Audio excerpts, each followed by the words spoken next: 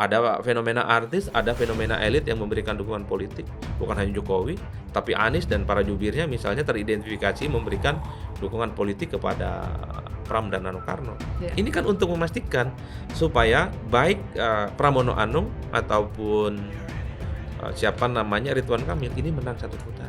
Karena misalnya kalau kita lihat dari komposisi partai saja, misalnya di Jakarta itu kan 14% melawan 86% gitu ya. Iya. Ya, koalisinya itu wakil Pak Pramono di DPRD DKI itu kan cuma 14% melawan 86%, sangat besar. Tetapi kemudian ternyata sangat kompetitif juga Pak Pramono. Jadi endorsement elit, entah itu Jokowi, entah itu Anies Baswedan dan yang lainnya, itu sebenarnya sifatnya komplementer. Dia melengkapi dari sisi-sisi yang selama ini belum tersentuh.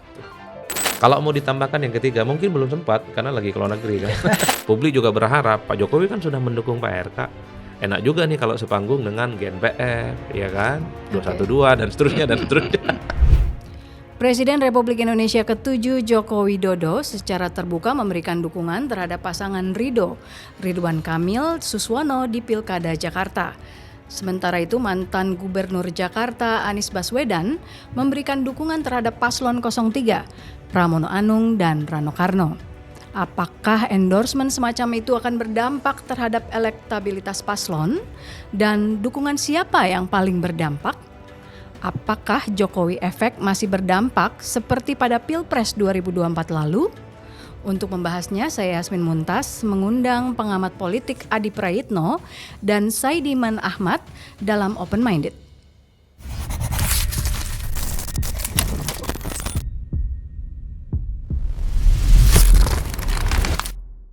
Ya, Mas Adi dan Mas Said, terima kasih sudah menjadi tamu saya di Open Minded. Dan hari ini kita mau ngobrol berbagai hal lah seputar pilkada, terutama pilkada DKJ ya. Sekarang DKI sebenarnya masih ada nggak sih sebenarnya? Masih ibu kota nggak, Mas? Katanya masih ibu kota kan? Masih. Undang-undangnya belum ditekan. Oh gitu ya? Iya. Jadi soalnya ada yang bilang kita nih nggak punya ibu kota loh sekarang katanya. Salah itu ya pendapatnya. Kembali Kurang lagi, tepat. Jakarta masih ibu kota negara. Jakarta masih ibu kota. Nah, Mas Adi, kalau kita lihat sekarang ya berapa hari ini terakhir mantan Presiden Jokowi serius ikut mendukung paslon di DKI dan juga di Jateng. Nah, Anda sendiri melihat sebenarnya Jokowi efek itu masih berefek nggak? Ya dalam demokrasi langsung ya, seperti pilkada di mana seorang gubernur dan wakil gubernur dipilih secara langsung, dukungan elit-elit politik, tokoh kunci itu tetaplah penting. Karena dukungan itu akan berdampak pada loyalis dan pemilih-pemilih yang saya kira sejak awal itu misalnya menjadi bagian dari Jokowi. Kenapa Jokowi misalnya memberikan dukungan politik kepada Lutfi di Jawa Tengah? Sepertinya Jokowi cukup yakin bahwa pengaruh Jokowi di Jawa Tengah masih cukup kuat.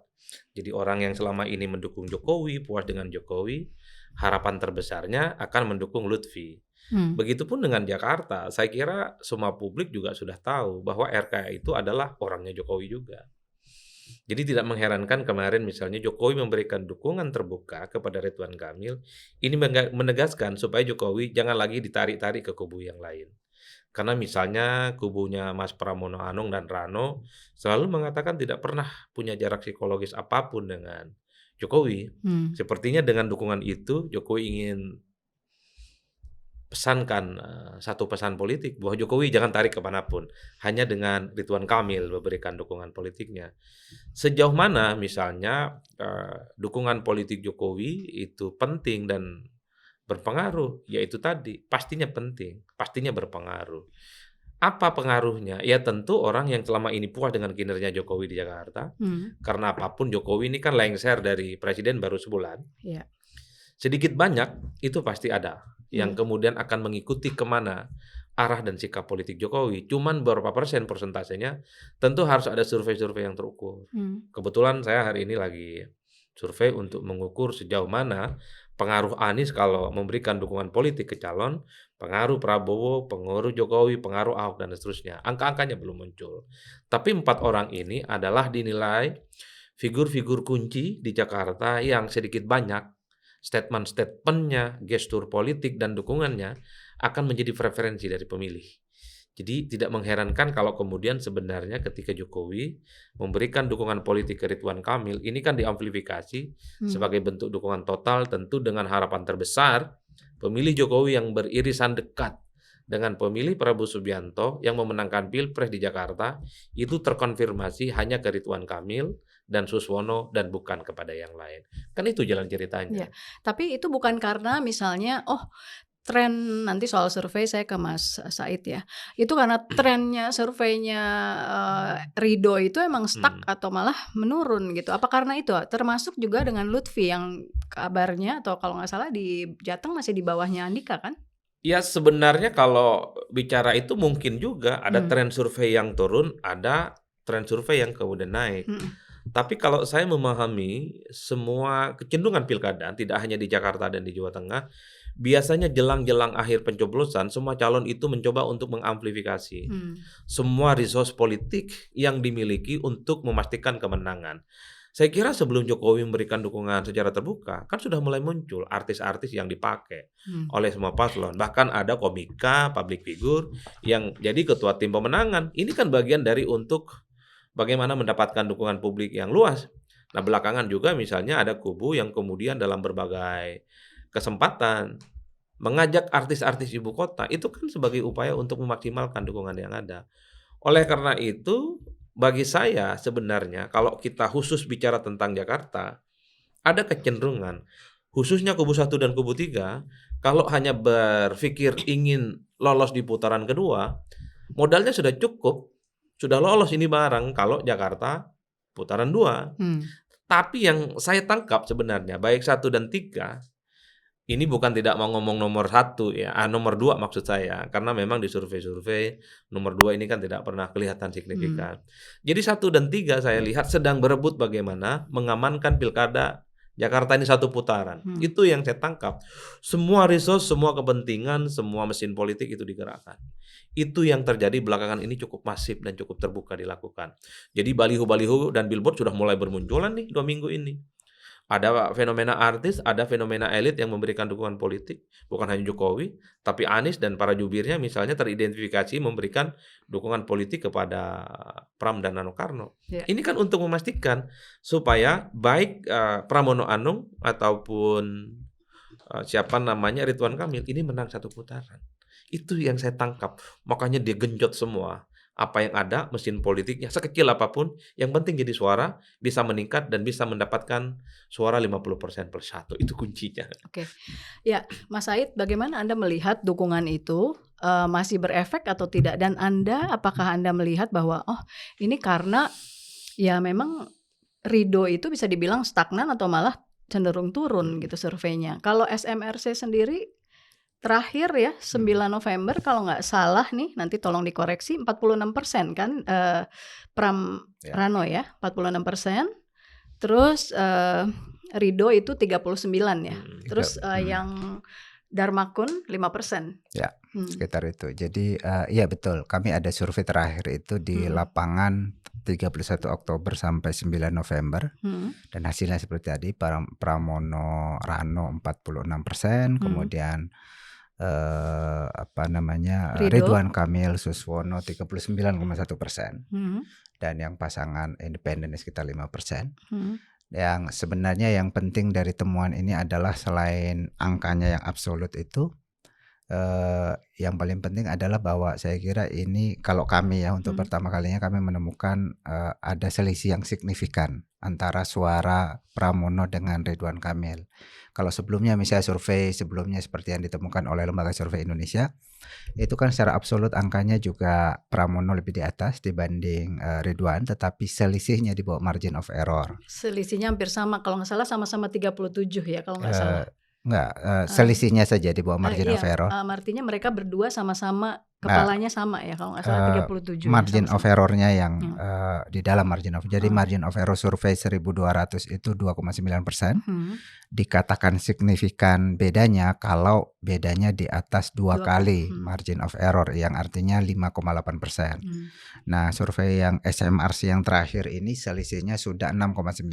Jadi 2 kali margin of error, sehingga secara meyakinkan kita bisa mengatakan bahwa sekarang menurut survei SMRC Pramono unggul dibanding Ridwan Kamil. Tetapi lagi-lagi survei kan memotret kondisi sekarang. Kita tidak tahu 2 minggu ke depan atau 1 minggu ke depan apakah akan ada perubahan atau tidak. Nah itu saya kira temuan yang membedakan misalnya dari katakanlah dengan survei LSI sebelumnya ya, 2 minggu atau 3 minggu yang lalu. Nah kemudian kalau pertanyaannya apakah endorsement seperti Pak Jokowi itu penting? Saya kira harus dilihat hati-hati ya. Misalnya kalau di Jawa Tengah mungkin itu signifikan penting gitu ya. Pertama itu basisnya, salah satu basisnya Pak Jokowi. Kemudian yang kedua selisih antara dua pasangan di sana. Kalau merujuk pada temuan SMRC itu sangat tipis. Juga di bawah margin of error. Jadi selisihnya memang sekitar 3,4% dari antara 50,4% dan sekitar 47%. Selisihnya 3,4 tapi itu masih di dalam margin of error sehingga kami tidak bisa menentukan siapa pemenang di antara keduanya. Nah dalam posisi yang sangat kompetitif semacam itu, endorsement atau apapun ya, perubahan yang sesedikit apapun itu akan sangat penting. Apalagi ini basisnya Pak Jokowi. Saya melihat bahwa mungkin pengaruhnya tidak langsung pada pemilih, tapi pengaruhnya mungkin pada elit pendukung di seputar Pak Lutfi misalnya kalau dalam kasus Jawa Tengah, di mana kan kita tahu bahwa pendukungnya sangat besar. Di Jawa Tengah itu kalau tidak salah 73% porsi anggota DPRD Jawa Tengah itu adalah koalisi pendukung Pak Lutfi. Hanya 28% koalisi pendukung PDI Perjuangan di sana. Nah itu posisinya. Saya juga melihat itu di Jakarta. Mungkin, tapi hasil surveinya bisa tidak menggambarkan komposisi itu ya? Iya, itu yang menarik. Jadi, nah ini yang kemudian saya ingin mengatakan bahwa kita harus hati-hati melihat endorsement tokoh ini. Karena misalnya kalau kita lihat dari komposisi partai saja, misalnya di Jakarta itu kan 14% melawan 86% gitu ya. Ya koalisinya itu wakil Pak Pramono di DPRD DKI itu kan cuma 14%, melawan 86%, sangat besar. Tetapi kemudian ternyata sangat kompetitif juga Pak Pramono. Nah, ini membuktikan publik kita relatif independen di dalam memilih. Kepada partai politik itu tidak terlalu berpengaruh gitu ya. Meskipun dia memilih partai A, B, C, tapi di dalam ketika memilih gubernur yang mereka lihat pertama kali itu adalah figurnya, sosoknya. Dan itu bukan hanya terjadi di pemilihan gubernur, di pilkada, tapi juga di pemilihan presiden. Berkali-kali kita lihat koalisi yang besar itu tidak menentukan apakah si calon ini akan dipilih atau tidak. Jadi dari sisi itu publik ini cukup independen. Bahkan kalau kita di survei juga kita tanya apakah Anda ada partai politik yang Anda merasa dekat dengannya, itu sangat sedikit. Itu di bawah 20% warga yang menyatakan ada partai politik yang saya dekat dengannya. Jadi bukan partainya yang penting. Nah itu juga berlaku untuk figur-figur di luar calon yang melakukan yang mengendorse misalnya. Kita sebenarnya ada pernah penelitian di Jawa Tengah meneliti apakah kalau Pak Jokowi mendukung seseorang itu Anda akan langsung ke sana. Dalam studi yang kami lakukan itu tidak secara langsung ya. Tapi itu tadi mungkin ada pengaruhnya ke elit. Misalnya di Jakarta, salah satu isu di Jakarta yang saya kira ya itu banyak dibicarakan kenapa kemudian terlihat suara Pak Ridwan Kamil walaupun partainya banyak tetapi awalnya tinggi tetapi cenderung melemah atau tidak naiklah setidaknya. Itu ada isu soal kekompakan tim dan seterusnya ya. Karena terlalu besar ini partai-partainya sangat banyak 13 atau 15 partai begitu ya melawan 2 partai PDI dan Hanura gitu ya.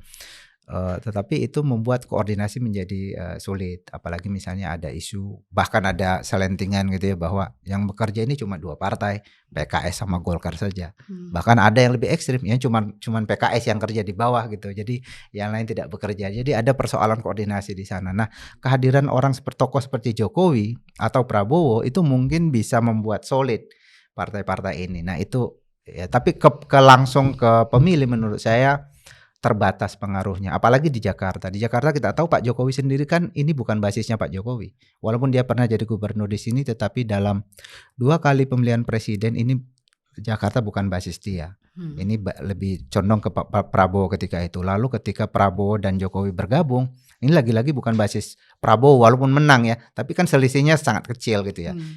Anies dan Prabowo kan sama-sama 41% kalau tidak salah di Jakarta. Jadi kalau kepada dirinya sendiri saja tidak berpengaruh, apalagi ke orang gitu ya. Langsung kalau ke pemilih. Jadi saya melihat pengaruhnya mungkin ke elit, bukan ke pemilih. Oke, Mas Adi, kalau melihat yang tadi disampaikan atau mendengar yang disampaikan oleh Mas Said, menurut Anda apakah seperti itu bahwa PDIP kan 14%-an, tapi tiba-tiba sekarang surveinya Pramono Rano bisa tinggi, bahkan SMRC 46%. Dan kalau Anda sendiri udah pernah mensurvei, terakhir survei ada? Kemarin kan yang agak ramai itu, survei saya khususnya di parameter itu kan memang masih posisi Ridwan Kamil itu unggul. Sebelum ada kejadian misalnya calon wakil gubernurnya itu agak sedikit blunder. Itu Boleh kan yang menjadi, kemudian Mas. terlihat gitu ya. Terutama misalnya soal ngomong yang janda-janda. Ya, itu. Mungkin kalau bulan ini sudah akan berubah bagaimana peta politiknya, karena memang kalau melihat kecenderungan rata-rata secara umum, pemilih di Jakarta ini dinamis. Dalam hitungan minggu, petanya berubah secara signifikan. Kita bisa bayangkan dulu, Pram kan underdog dan bahkan tidak pernah diperhitungkan. Elektabilitas RK itu kan di atas 51, 52. Dan orang menyebutnya dulu, ya ini tidur aja bisa menang. Tapi kan dalam hitungan waktu kampanye, sebulan setengah, Pram naik. Kemudian Pak RK misalnya bukan hanya stagnan tapi ada kecenderungan turun. Itu kan yang kemudian bisa menjelaskan kenapa begitu dinamis pemilih di Jakarta. Ya betul, karena satu, resistensi terhadap Pram itu nyaris tidak ada.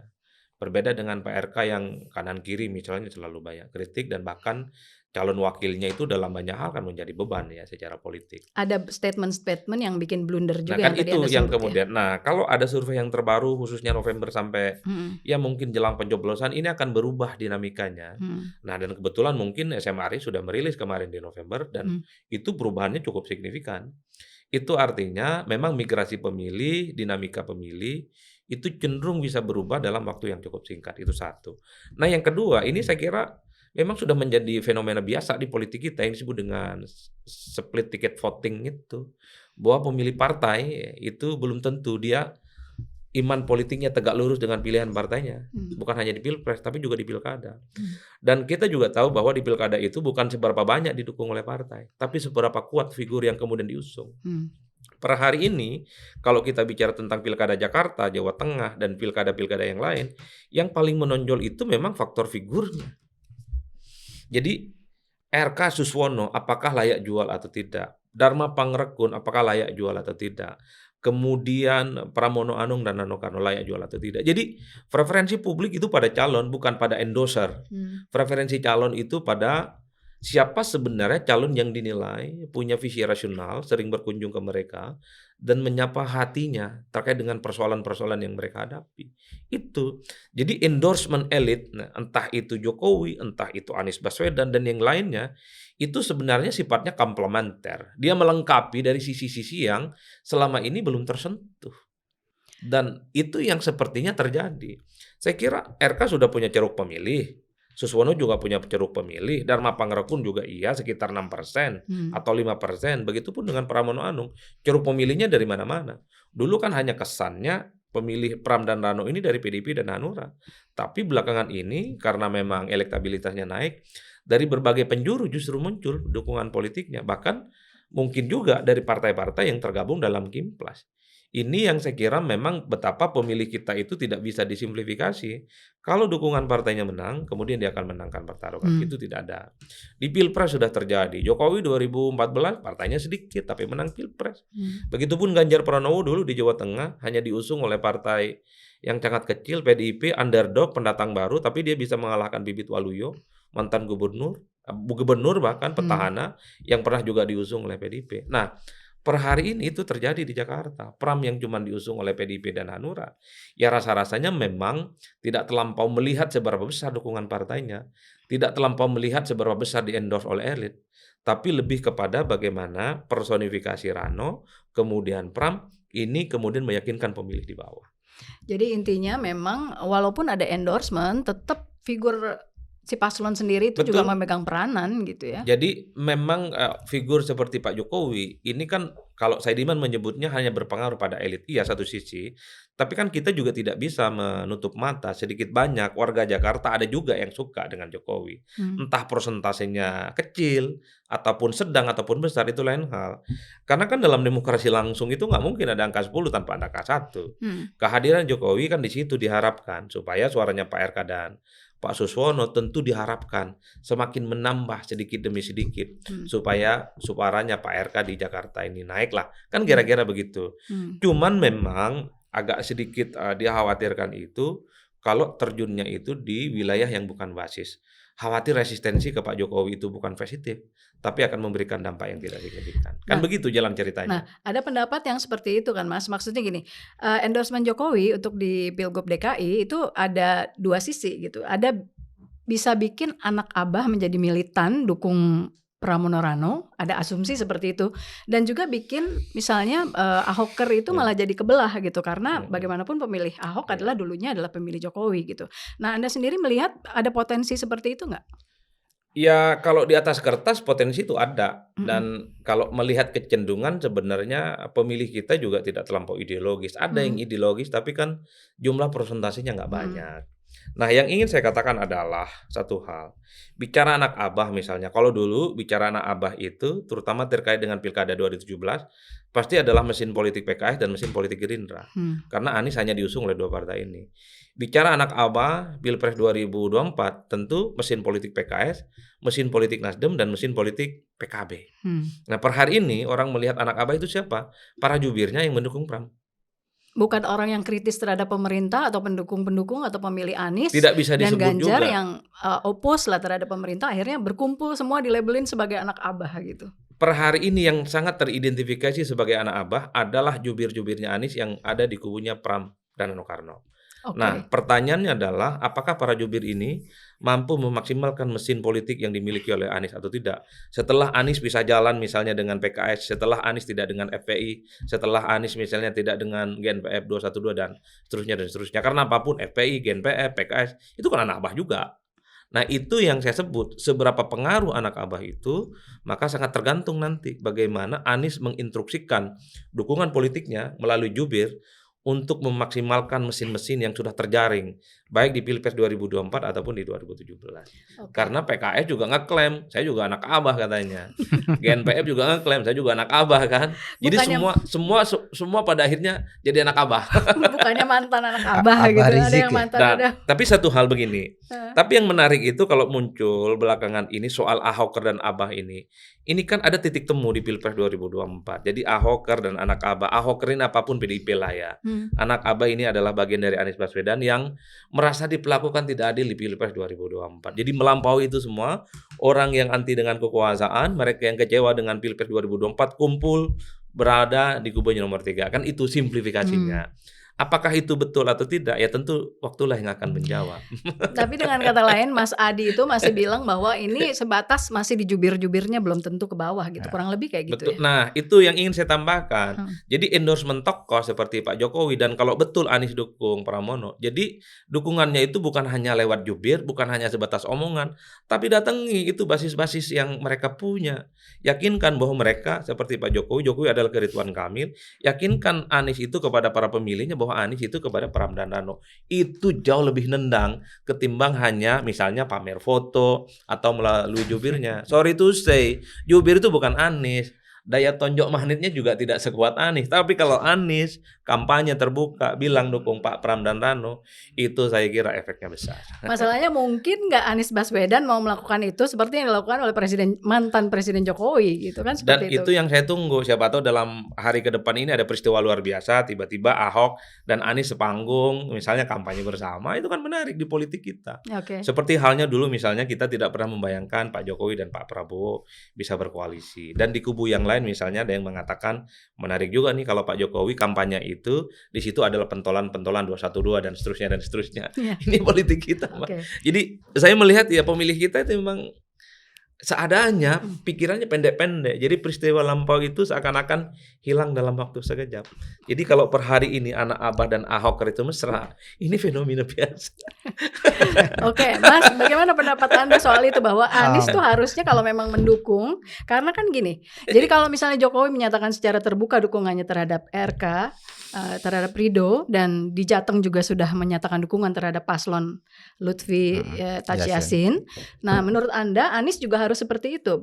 Pada faktanya kan Anies tidak melakukan itu, dia hanya pamer foto dan secara implisit katanya menurut pengakuan jubirnya ditugaskan oleh Anies untuk hadir dan mendukung Pram ketika debat terakhir kemarin. Kemarin mungkin iya ya, hanya begitu ya, dan seperti sejumlah jubir sudah muncul juga di belakang Pramono. Tapi per pagi ini Anies ketemu kembali dengan Pramono Anung bersama dengan sejumlah habaib ya, dan dia begini.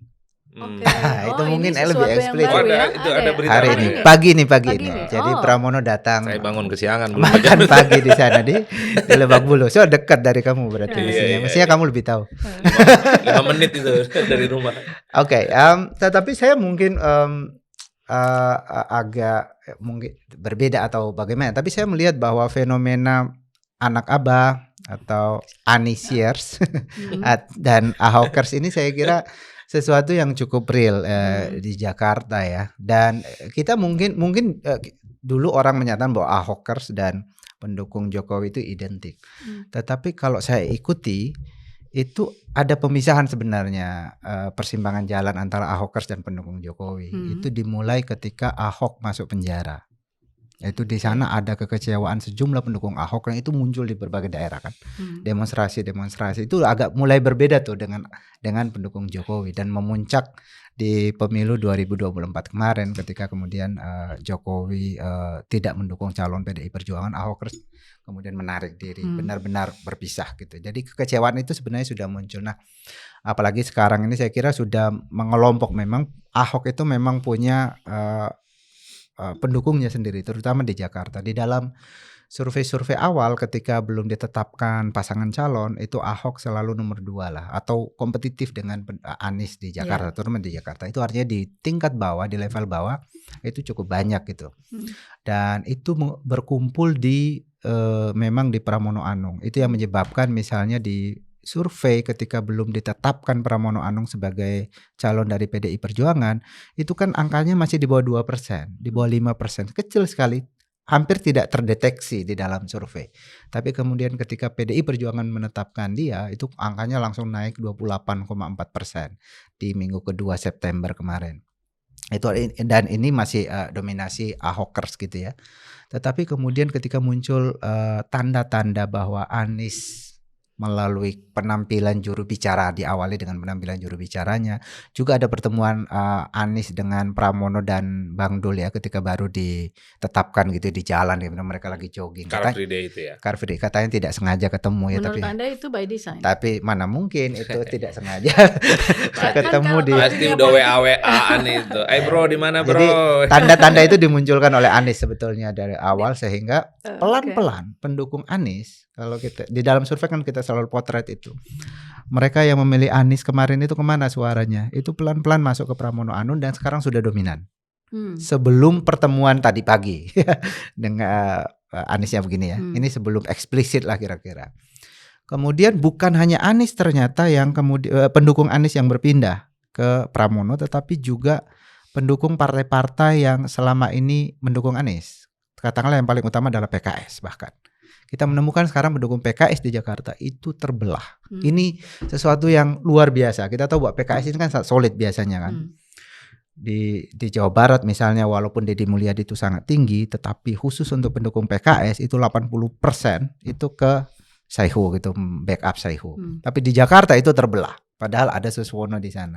Jadi kita menemukan bahwa kekuatan Anies ini lumayan besar yang mempengaruhi pilihan. Entah mereka memilih Pramono itu karena Aniesnya ke sana, atau karena itu sebentuk kekecewaan pada partainya, pada PKS misalnya yang awalnya akan mendukung Anies, tetapi kemudian di tengah jalan ya pindah dengan alasan kami tidak ada partai lain. Tapi kan setelah itu ada keputusan MK, masih Iya. bisa kan PKS mengajukan Anies Baswedan tapi tetap tidak. Jadi ada sebentuk kekecewaan. Jadi itu ke sana. Dan kalau kita lihat di media sosial misalnya kan sebelumnya ada gerakan gitu dari anak Abah untuk apa itu Gercos. mencoblos semua gitu ya karena kecewa gitu. Jadi saya melihat kekuatan politik ini sebetulnya cukup real di masyarakat dan itu yang kemudian salah satu penyebab kenapa Pramono dan Rano cenderung lebih kuat sekarang atau mengalami peningkatan dari waktu ke waktu karena ada perpindahan ya dari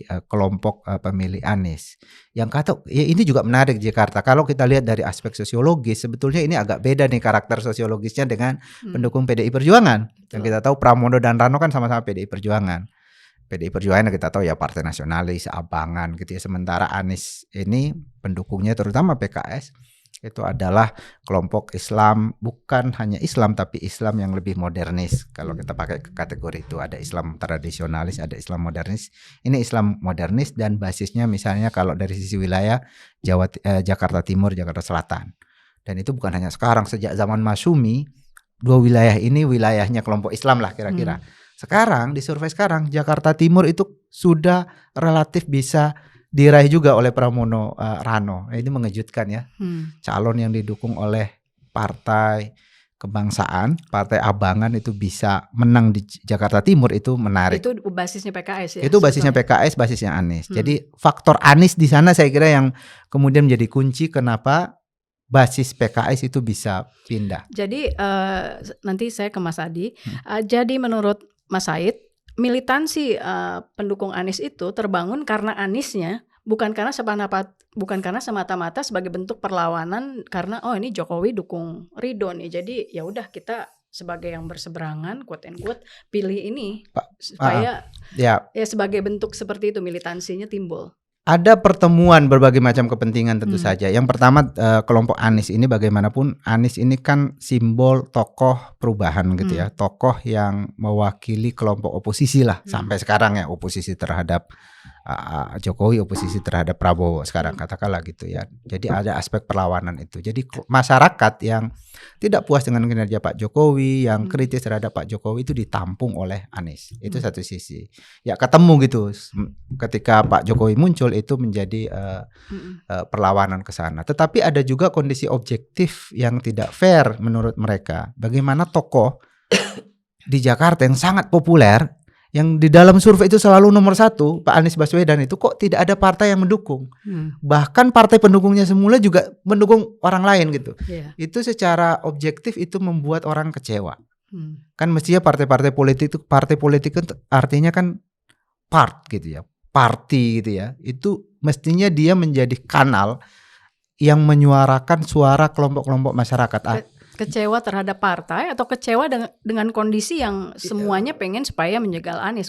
Iya itu, kecewa terhadap partai, ada aspirasinya, dia ingin memilih gubernur ini, bahkan disediakan sekedar kotaknya agar dia mencoblos yang akan dipilih itu tidak gitu. Padahal di dalam survei aspirasi ini sangat besar. Nah ini menimbulkan kecewaan. Lalu ya mereka mencari siapa di antara tokoh-tokoh ini yang bisa kita salurkan kekecewaan ini agar ya ada hasilnya. Kalau kekecewaan saja kan kalau tidak disalurkan juga tidak ada ini dampaknya. Nah, ya mungkin di antara semua calon ya Pramono ini tempatnya. Mungkin bukan karena mereka mendukung Pramononya, tetapi karena ini ada aspirasi politik yang tidak tersalurkan. Mas Adi, Anda melihat dengan kondisi per hari ini gitu, kira-kira gercos itu udah nggak akan terjadi ya? Apa itu gerakan gercos? Coblos semua itu yang kemarin digaung-gaungkan itu gercos gitu atau apapun Aku tadi berpikir apa ini? Kalau itu coblos semua. Kalau itu sepertinya sudah wassalam ya. Saya dulu gerakan coblos semua calon itu kan sebagai bentuk ekspresi dari kemarahan pendukung Anies, anak Abah yang melihat Anies itu tidak jadi maju dan tidak mendapatkan tiket ya di Pilkada Jakarta. Tapi yang memang agak sedikit lucu dan mungkin bahkan aneh ya. Seakan-akan kemarahan Anies nggak bisa maju itu hanya dialamatkan kepada PKS. Itu agak rumit bagi saya menjelaskannya. Karena apapun saya kira partai-partai lain itu sebenarnya juga dekat dengan Anies. Nasdem dekat, PKB juga dekat. Bahkan yang pertama kali memberikan dukungan politik kepada Anies itu adalah PKB. Setelah itu PKS, baru kemudian Nasdem secara definitif ya. Meski pada akhirnya ketiga partai ini mungkin karena ada kompromi elit tarik diri dan kemudian tidak jadi dukung Anies. Jadi itu yang pertama, Mbak. Nah, yang kedua, kenapa misalnya Pramono Anung dan Rano Karno yang diusung oleh cuman PDIP dan Hanura agak sedikit kuat. Ini kan sebenarnya menunjukkan betapa partai ID atau identitas kepartaian di Jakarta itu lemah. Ya kalau mau tos-tosan sebenarnya Kimplas ini udah di atas kertas menang. Tapi ternyata partainya saja yang Kimplas, tapi basis konstituennya tidak Kimplas. Ini bisa menunjukkan betapa memang orang yang dulu di Pileg di 2024 yang pernah merasa mencoblos partai-partai di Kimplas, urusan pilkada beda lagi ceritanya. Nah, yang kedua, ini kan menunjukkan betapa mesin politik di Kimplas ini nggak solid. Ya. Kenapa Karena, itu, Mas? Ya. Karena pertama memang ini soal partai. Partai itu yang sepertinya melihat ya, kalau dia nggak punya kader maju bertanding, dia tidak akan maksimal memenangkan pertarungan. Karena kalau kita iris satu persatu, kenapa Pileg itu kuat, kenapa signifikan perolehan partai dan caleg? Karena ada kerja caleg. Nah, ini sepertinya caleg-caleg yang memenangkan partai-partai dan suara di Kimplas tidak terlampau maksimal kerja politiknya untuk memenangkan RK dan Pak Suswono. Nah, tinggal kita cek di sisa waktu yang ada, apakah caleg-caleg ataupun anggota dewan yang sudah terpilih dari Kimplas ini akan gaspol, terjun ke bawah, meyakinkan pemilihnya kembali seperti Pileg seperti Pileg beberapa waktu yang lalu, dan itu diarahkan untuk memilih RK dan Suswono. Kalau itu yang terjadi, maka perubahan signifikansi elektabilitas RK dan Pramono akan kembali seperti yang semula. Mas, kira-kira ada pertimbangan seperti ini nggak? Tadi saya sebelum taping udah sempat ngobrol dengan Mas Said. Ada pertimbangan bahwa di 2029 itu yang lebih tidak mengancam gitu adalah Mas Pram gitu daripada RK. RK kan berpotensi nanti untuk maju gitu. Katanya begitu. Ya kalau mau jujur semuanya ngancam lah. Siapapun yang jadi gubernur di Jakarta pasti potensial dikaitkan dengan Pilpres 2024. Siapa yang bisa menjamin kalau Pram yang jadi gubernur Jakarta nggak akan mengancam Prabowo Subianto dalam tanda kutip sebagai rival politik. Apalagi sekarang sudah mulai ada diskursus kan muncul di mana-mana. Pram bisa duet nih sama Anies misalnya kan begitu kan. Karena orang juga bertanya-tanya apa yang kemudian membuat Anies itu kelihatan lebih dekat dan mendukung Pramono Anung dan Rano Karno, karena nggak ada kepentingan politiknya saat ini, Mbak. Nah, keuntungannya buat Anies Nah, apa? itu yang kemudian jadi tanda tanya. Paling mungkin orang melihat orang sebal dengan upaya-upaya untuk menjegal Anies sehingga Anies nggak bisa maju. Jadi orang yang kemudian ingin Anies maju, dia mendukung Pram dan Rano Karno. Kalau bicara politiknya nggak ada. Nggak ada orang Anies yang jadi wakil, nggak ada orang Anies yang kemudian bisa kita lihat sebagai orang penting dalam tim pemenangan juga. Jadi orang melihat apa sih sebenarnya yang kemudian membuat Anies lebih ingin mendukung misalnya kira-kira begitu Pramono Anung dan Rano Karno. Ini soal sakit hati, bukan yang lain. Apalagi coba intensinya, apakah Anies akan diusung oleh PDIP? Saya nggak terlampau yakin, Mbak. PDIP ini partai ideologis, sangat ideologis. Sangat ideologis. Kalaupun toh nanti ingin maju Pilpres, rasa-rasanya Andika Perkasa ataupun Pramono Anung ataupun gubernur-gubernur PDIP yang lain jauh akan lebih diprioritaskan. Kalau mau tutup mata, anggaplah misalnya berbasiskan argumen statistik, mestinya PDIP ya usung Anies Baswedan di Jakarta, yang elektabilitasnya sampai langit ke-7 gitu loh. Tapi kan nggak juga, padahal kan kita tahu juga Anies dikaitkan dengan kemungkinan diusung oleh PDIP beberapa waktu yang lalu.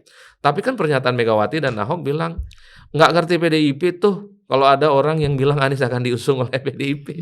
Itu kan menegaskan di PDIP sekalipun, ya per hari ini banyak juga yang tidak menerima Anies. Kenapa hari ini PDIP basis pemilih Rano Karno dan Pramono itu baik-baik dengan Anies? Ini titik temu kepentingan aja kok. Kebetulan Pramono dan Rano butuh pendukungnya Anies. Orang juga bertanya kira-kira pendukung Anies dapat apa nih kalau Rano dan Pram yang menang jadi gubernur. Ya, dan Anies sendiri keuntungannya apa? Ada analisa bahwa Anies ini pengen memperluas market gitu. Artinya kan walaupun tadi Mas Adi udah bilang belum tentu Anies nanti didukung di 2029 gitu. Karena kan Anies identik dengan Islam gitu kan. Kemarin juga PKB. Iya kan artinya Anies tuh mendukung di Jabar itu pasangan ASI, PKS dan Nasdem. Terus kan di Jatim kalau memang pertemuan itu dianggap sebagai dukungan ya kan, kalau di Jatim kan Lulu dari PKB, Lulu. Nah terus kalau di Jakarta kan berarti sekarang sudah 03 PDIP. Nah itu artinya dibilang Anies konsisten mendukung calon-calon yang tidak didukung oleh pemerintah atau Jokowi misalnya seperti itu. Setuju nggak dengan kalimat Ya, seperti itu? kalau itu nggak bisa dibantah, di Jawa Timur Anies juga akan jelas endorsement-nya ke Lulu Lulu. ya. Tapi yang jelas mungkin karena di Jawa Timur tidak terlampau kuat basis konstituennya, jadi Lulu tetaplah di survei itu nomor urut buncit, bahkan suaranya jauh signifikan dibandingkan dengan dua Serikandi yang lainnya. Tapi di Jakarta memang harus diakui ini kandangnya Anies, Mbak. Suka nggak suka itu nggak bisa dibantah. Jadi sekalipun Anies misalnya tidak deklaratif memberikan dukungan secara terbuka ataupun hanya melalui kode-kode, wajar kalau kemudian orang yang merasa anak abah ataupun menjadi loyal voter dari Anies itu lebih ke Pram dan Rano karena pose yang disampaikan oleh Saidiman itu tadi. Kebetulan saya nggak ngebaca itu. Nah, kenapa yang kemudian menjadi menarik untuk didiskusikan? Kalau Anies misalnya ingin mengubah wajahnya dari kanan ke kiri, dari yang Atau paling dianggap nggak ke tengah gitu. iya nggak bisa berhasil juga, Mbak. Kecuali memang ke depan Anies sudah menjadi bagian dari PDIP. Entah bagaimana komposisinya sebagai teman, sebagai sahabat, main tiap harinya dengan PDIP, mungkin wajahnya akan berubah jadi sekuler. Oleh karena itu, publik satu-satunya bikin kesimpulan kenapa anak abah lebih condong ke nomor 3. Itu ada asumsi dan keyakinan ini soal perlakuan ke Anies yang dianggap tidak adil.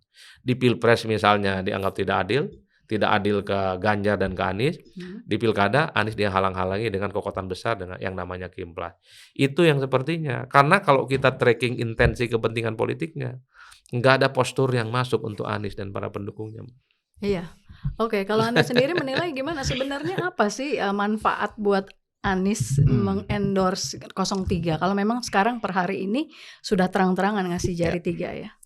Saya kira kalau kita lihat secara umum ada pergeseran memang mungkin ya semacam orientasi politik dari Anies Baswedan sejak Pilpres kemarin. Sebelumnya kan dia memang sangat dekat dengan FPI misalnya, dekat dengan PKS ya, kelompok-kelompok Islamis. Apa sebutannya bro? Islam kanan atau Islam apa? Islam modernis biasanya saya sebut, agak soft.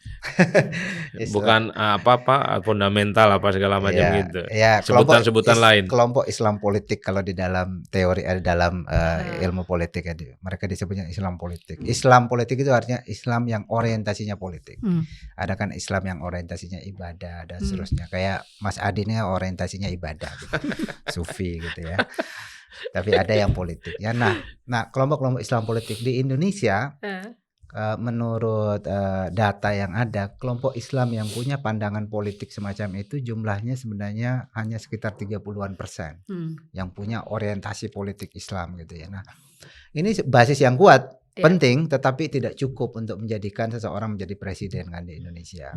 Karena itu saya kira ada kebutuhan buat Anies kalau kemudian ke depan masih ada hasrat untuk menjadi presiden. Tapi itu perlu peluangnya kecil karena didukung oleh PDIP nanti. Perlu memperluas, jangan basisnya harus dijaga tentu saja karena itu basis utamanya ya. Misalnya kalau kita lihat di daerah-daerah itu kelompok-kelompok Islam di luar NU yang walaupun punya kultur yang sama dengan NU itu mulai ke Anies gitu ya, solid ke Anies gitu ya. Karena itu saya pernah mengusulkan bahwa Anies ini punya sangat potensial untuk kemudian membangun partai politik sendiri ya. Mungkin basisnya Islam untuk sementara, tapi ia perlu memperluas dukungan ke basis massa yang lain, kelompok nasionalis yang ceruknya itu jauh lebih besar dibanding kelompok Islamis itu. Dan saya kira menurut saya dengan melakukan pendekatan atau setidaknya terbuka terhadap PDI Perjuangan itu bisa memberi petunjuk kepada publik bahwa Anies ini ya tidak se-eksklusif yang mungkin pernah terjadi di Jakarta tahun 2017. Tapi sebenarnya dia adalah juga dekat dengan kelompok-kelompok nasionalis. Apalagi misalnya kalau orang tahu bahwa latar belakang Anies ini kan dia dulunya disebut sebagai tokoh pluralis gitu ya. Ada Bang Ade Armando itu pernah bikin majalah gitu ya. Tokoh-tokoh pluralisme di Indonesia, Anies Baswedan ada di dalamnya. Waktu itu masih rektor di Paramadina gitu. Jadi dia perlu menampilkan aspek-aspek itu, sisi-sisi nasionalismenya dia, sehingga ke depan kalau dia punya hasrat menjadi calon presiden, itu dia bisa lebih memperluas. Dan menurut saya itu sudah terlihat sejak Pilpres kemarin. Kalau kita lihat 3 partai yang mendukung Anies itu kan dari 3 kelompok yang sangat penting di Indonesia, kelompok politik. PKS mewakili Islam politiknya, PKB mewakili Islam tradisionalis, Nasdem mewakili kelompok nasionalis. Sebetulnya sudah terlihat gitu ingin merangkul semua gitu ya. Karena kalau didukung salah satunya saja itu tidak bisa menjadikan seseorang menjadi presiden. Jadi saya melihat, kalau kita lihat secara jangka panjang, saya melihat Anies ada di sana, ingin menunjukkan bahwa ya dia ini terbuka, dia ini cukup inklusif, tidak eksklusif hanya dekat dengan Habib Rizik saja, tapi dia juga bisa komunikasi dengan Puan Maharani misalnya, bahkan dia bisa mendukung Pramono. Saya kira itu yang terjadi. Selain misalnya ada aspek kekecewaan tadi, tentu kan pendukung-pendukung Anies sangat kecewa di Jakarta karena dia mestinya maju tapi tidak. Dan ini harus ditampung kan, ada aspirasi yang kuat di bawah, terutama di Jakarta. Di Jakarta itu kan kalau kita lihat kelompok Islamis itu jumlahnya mungkin sekitar 40-an%, lebih besar porsinya dari porsi nasional. Jadi basis Islamnya sangat kuat dan mereka pada saat yang sama resisten terhadap Jokowi gitu ya. Jadi dan ini harus ditampung. Mas Prabowo kan mengendorse ya di Jateng itu kan mengendorse Cagup ya. Nah, kenapa tidak melakukan itu di Jakarta menurut Anda? Sepertinya Prabowo itu dua hal, masih menjaga sikap dan pikiran ya, supaya tidak terjadi kegaduhan dan bully-bully. Karena kemarin udah cukup rame ya ketika dia yang kedua mengendorse ya Jateng. mungkin karena RK itu bukan kader Gerindra. Karena apapun RK ini masih Golkar. Tapi nggak tahu kalau ke depan ya. Tapi kalau di Jawa Tengah ya sekalipun Lutfi ini hanya jadi partai Gerindra baru-baru ini, sepertinya Prabowo juga punya intensi bahwa salah satu kadernya juga harus menang di Jawa Tengah. Kalau mau ditambahkan yang ketiga mungkin belum sempat karena lagi ke luar negeri kan. Tapi saya menduga faktor yang pertama, Prabowo mungkin tidak ingin mengulang seperti yang di Jawa Tengah ya. Karena apapun Prabowo itu kan diharapkan oleh publik jangan seperti presiden sebelumnya yang dinilai terlampau dekat ataupun terlibat begitu intim dengan urusan-urusan politik elektoral. Apalagi statement-statement politik Prabowo kan dalam berbagai kesempatan urusan pilkada itu urusan adik-adik lah. Itu menurut saya menjadi prinsip yang selalu ditagih oleh publik meski sempat kejadian untuk urusan Jawa Tengah. Tapi overall begini sebenarnya ya, politik kita kalau mau ujur ataupun kalau kita punya data, Mbak, pemilih di Jakarta ini masih banyak yang menentukan pilihan politiknya ini di detik-detik akhir. Setelah kampanye selesai mereka akan memantapkan pilihan politiknya. 2 hari, 1 hari sebelum pencoblosan mereka akan semakin mengkristalkan kemana arah dukungan politiknya hari ini. Oleh karena itu survei itu adalah gaya dan penting, tapi kampanye dan kerja sampai ujung itu adalah menjadi kunci dari segala-galanya. Kita nggak tahu dalam 2 minggu ini apakah masing-masing calon itu akan melipat gandakan untuk mengunci para pemilih yang saat ini sudah mulai terpolarisasi dan mulai mengucut, karena disitulah sebenarnya esensi dan letak bagaimana untuk memenangkan pertarungan. Oleh karena itu saya khususnya untuk 1 dan 3 RK dan Pram kalau sekedar hanya ingin lolos putaran kedua rasa-rasanya sudah lolos. Itu by data. Tapi kalau untuk menang 1 putaran baik 1 ataupun 3 ini butuh kerja keras. Itu tidak gampang menurut saya. Ya. Soal putaran nanti saya ke Mas Said, tapi kalau menurut Anda nih masih ke soal Prabowo, itu kan statementnya bahwa ini sebagai ketua umum Gerindra, statementnya seperti itu. Tapi kalau dari narasinya sebenarnya tidak seperti itu. Anda sepakat nggak bahwa itu sebenarnya seharusnya tidak dilakukan dan itu adalah statement kepala negara, bukan ketua umum partai seperti itu? Secara prinsip begini, di Undang-Undang Pemilu dan Pilkada disebutkan presiden, wakil presiden, dan pejabat-pejabat negara yang lain itu boleh ikut kampanye. 1, jangan menggunakan fasilitas negara dan jangan abuse of power. Kalau melakukan kampanye itu di hari kerja dia harus cuti. Itu fix dan clear. Jadi mestinya publik tahu dong kalau ada presiden, menteri itu ikut kampanye dia boleh. Dan itu diperbolehkan dalam undang-undang. Cuman di Indonesia ini tidak mau bahwa seorang presiden itu adalah milik bersama, milik seluruh anak bangsa. Kalaupun toh posisinya sebagai ketua umum partai ataupun kader partai, jangan ikutan untuk urusan begitu karena dampaknya akan berpengaruh signifikan. Meski harus kita akui kalau presidennya itu adalah ketua umum partai atau kader partai, di belakang juga pasti bekerja untuk kepentingan partai kok. Jadi nggak perlu disampaikan, tapi minimal tampilan depannya itu lebih elegan. Bahwa presiden itu harus dijaga netralitasnya, hati, pikiran, gerak politik, termasuk endorsementnya itu tidak kemana-mana. Kan itu keinginannya, meski secara regulasi tidak diharamkan dan itu diperbolehkan. Artinya tidak secara eksplisit, walaupun di belakangnya mungkin mendukung, tapi ke depan harus tampilannya netral seperti itu. Semestinya, walaupun dibolehkan secara undang-undang. Betul kan. kita itu sudah tidak lagi bicara tentang soal regulasi, tidak bicara lagi tentang undang-undang, tapi bicara tentang kepantasan dan kepatutan. Termasuk soal misalnya calon wakil presiden yang dulu bisa maju kan. Kalau regulasi memang nggak ada aturan karena memang putusan MK sudah fix. Tapi secara kepantasan itu kan ada peraturan yang dilanggar. Jadi problem yang didiskusikan itu adalah soal pantas dan tidak pantas. Nah, itu yang kemudian menurut saya menjadi penting. Nah, yang menjadi ramai itu adalah memang kapan Pak Prabowo pulang ke Indonesia. Iya, Mas, Anda sepakat nggak ini 1 putaran atau 2 kira-kira hasil surveinya? Kalau Ya perdata harusnya pulang lebih cepat sebelum pilkada ya. Jadi atau dari sana bisa bikin video kalau mau endorse gitu ya misalkan. Dan konon biasanya kalau keluar negeri Pak Prabowo ini pasti beli buku yang banyak. tapi sebelum itu saya kira itu menarik Iya, tadi ya. iya. Saya kemarin ada diskusi dengan senior kami Bang Ray Rangkuti di TVRI gitu ya. Dia menyatakan bahwa kenapa yang muncul ini Pak Jokowi ke depan ya begitu bersemangat berkampanye khususnya di Jakarta. Kenapa ketua-ketua partai tidak? Nah, itu Atau juga. bahkan Prabowo Subianto misalnya tidak hanya makan di restoran Padang gitu, itu pun difoto dari jauh dari balik gitu kaca gitu. Jadi sangat tidak eksplisit.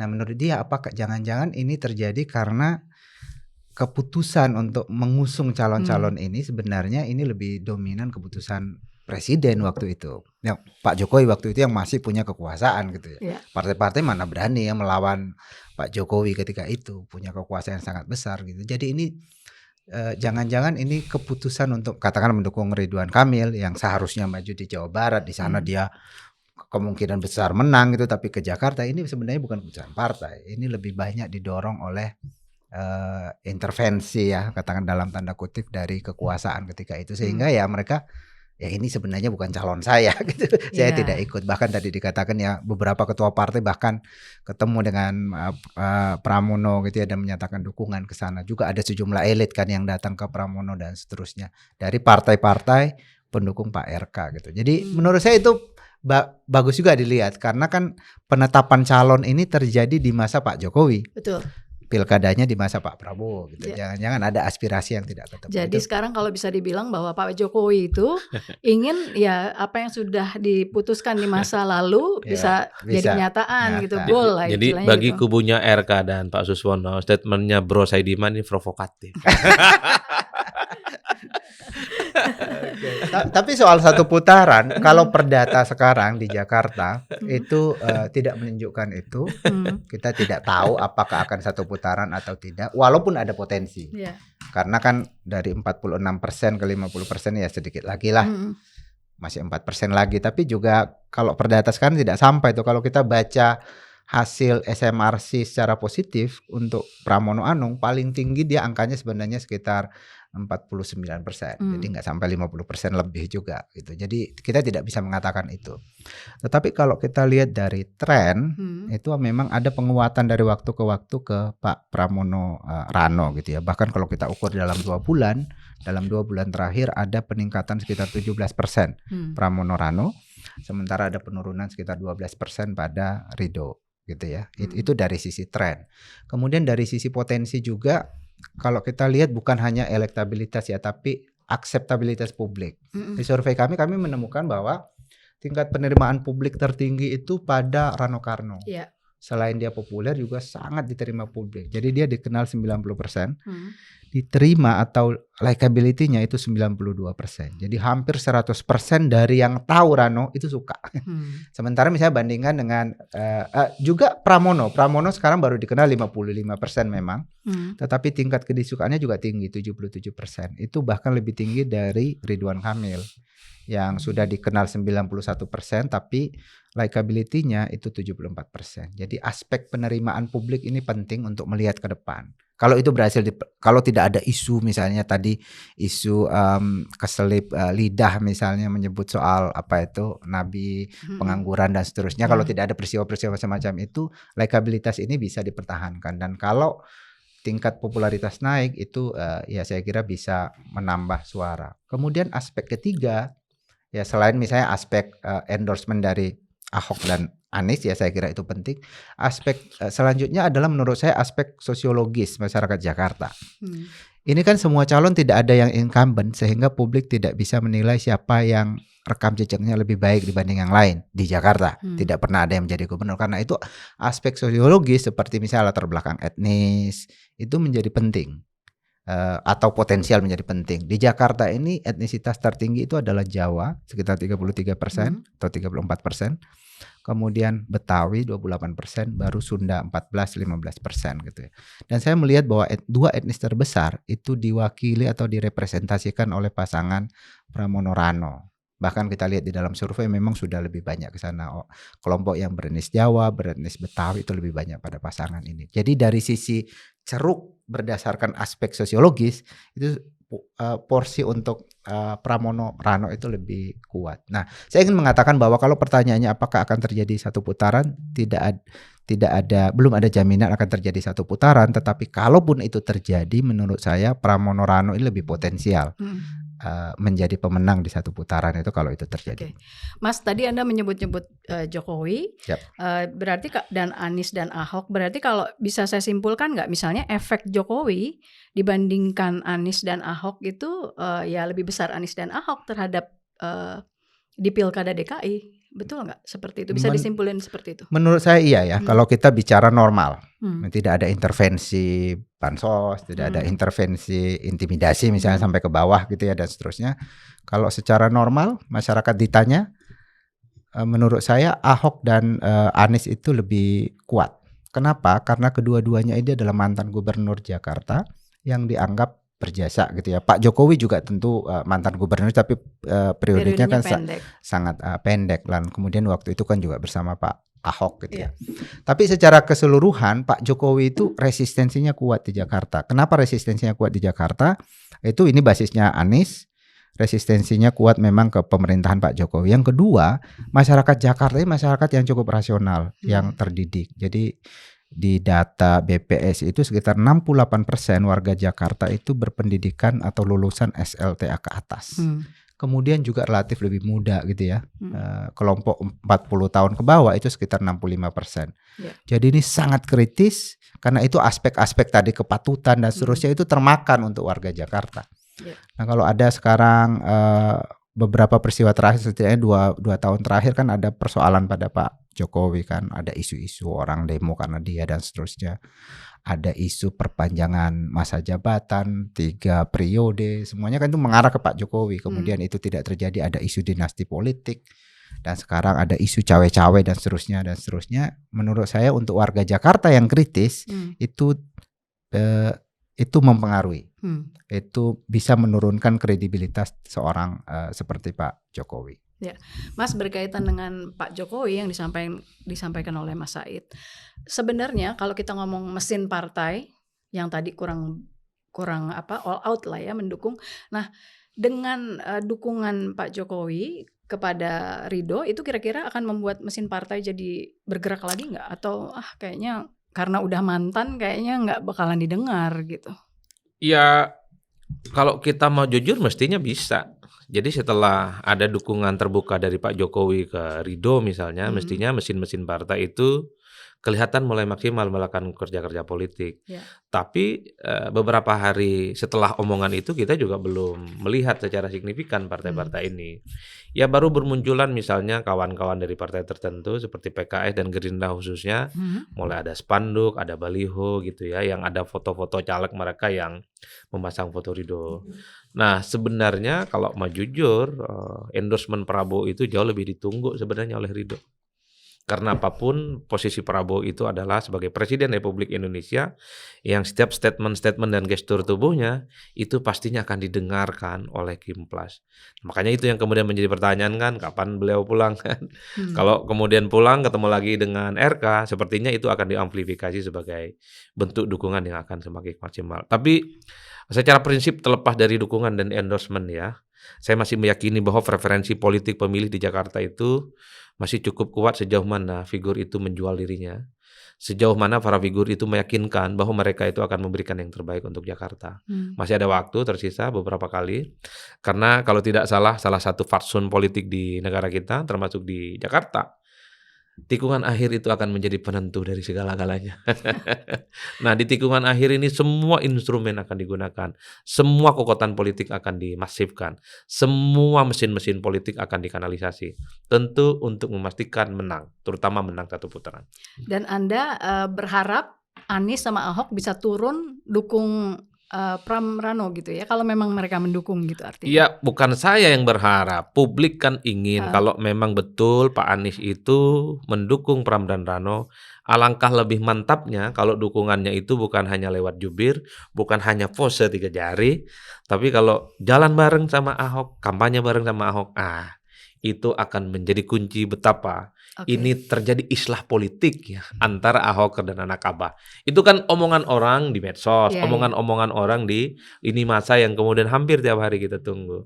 Dan pada di seberang yang lain mungkin ya, publik juga berharap Pak Jokowi kan sudah mendukung Pak RK. Enak juga nih kalau sepanggung dengan GNPF, ya kan, 212 dan seterusnya dan seterusnya. Ini untuk menunjukkan betapa politik itu dicair amat, jadi nggak perlu tegang-tegang amat gitu loh, kan itu saja intinya. Ini namanya netizen ini kan agak comel, nggak bisa dikendalikan. Dulu bermusuhan, sekarang berkawan. Kalau betul-betul berkawan, ayo dong tunjukkan kampanye bareng, jalan bareng, promosi bareng, siapa calon yang diusung. Kan begitu aja politik kita. Nah, Mas Said, iya betul. Dan Mas Said gimana? Kalau Anda sendiri melihat apakah sampai seperti itu bentuk dukungan perlu dilakukan?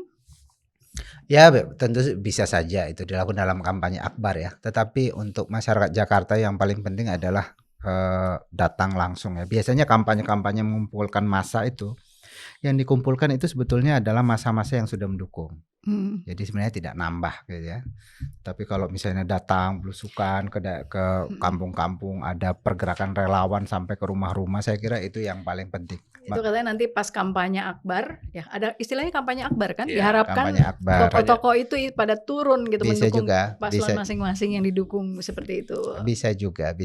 Tetapi ya intinya itu salah satu forum ada harapan saja. juga Bu Mega biar turun juga gitu. Biasanya Bu Mega kan turun. Iya. Dan ada Pak Anies di situ. Itu akan menarik ya. Menarik. Tentu saja menarik. Tapi menurut saya itu bagian dari gimmick politik kan. Yang paling penting ini publik diyakinkan Kak. Apakah benar-benar si calon ini, itu salah satu ya, soal endorsement dan seterusnya. Itu untuk menambah kekuatan figurnya ini di belakangnya. Tetapi yang paling penting sebenarnya untuk masyarakat seperti Jakarta adalah juga aspek program sebetulnya ya. Dan itu bisa terjelaskan melalui pergerakan relawan sampai ke bawah, menjelaskan program-program detail dari masing-masing pasangan itu. Dan biasanya di dalam pilkada gerakan relawan turun ke rumah-rumah ini sebenarnya sangat minim. Jadi lebih banyak mereka itu sukanya pasang baliho, pasang billboard, kemudian kampanye mengumpulkan massa gitu. Yang massanya itu kampanye di lapangan ini, nanti bikin lagi lapangan ini, orangnya pindah ke sana gitu. Sebenarnya kadang-kadang itu tidak efektif. Tapi ya 1-2 kali dilakukan itu boleh lah. Yang lebih penting sebenarnya masuk ke rumah-rumah, masuk ke perkampungan-perkampungan, dan kalau bisa itu dilakukan langsung oleh calonnya, itu jauh lebih baik. Ya intinya selain endorsement, kandidatnya juga harus turun, nggak cuma modal endorsement aja, terus programnya mesti bagus gitu kan? Begitu kan? Jadi elektabilitas itu tidak bisa diwariskan. Iya. Anies itu harus kita akui banyak pendukungnya, tapi kalau Anies tidak turun meyakinkan para pemilihnya, ya sulit untuk memaksimalkan basisnya itu untuk mendukung salah satu calon.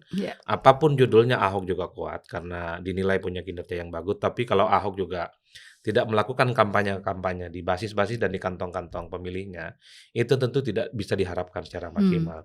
Jokowi sedikit banyak, sekalipun ada resistensi, ada sisi-sisi negatif, tapi apapun Jokowi itu kan dalam banyak hal juga ada penerimaannya di Jakarta.